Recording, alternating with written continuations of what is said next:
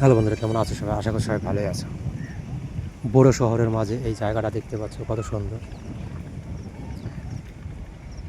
এই শহরের মাঝে এই জায়গাটাই বেঁচে আছে খালি শহর হতে। এই জায়গাটা যখন শহর হয়ে যাবে না, আর এত সুন্দর জায়গা আর শহরে পাওয়া যাবে না। জায়গাটা খুব সুন্দর, চারিদিকে সবুজে ভরা।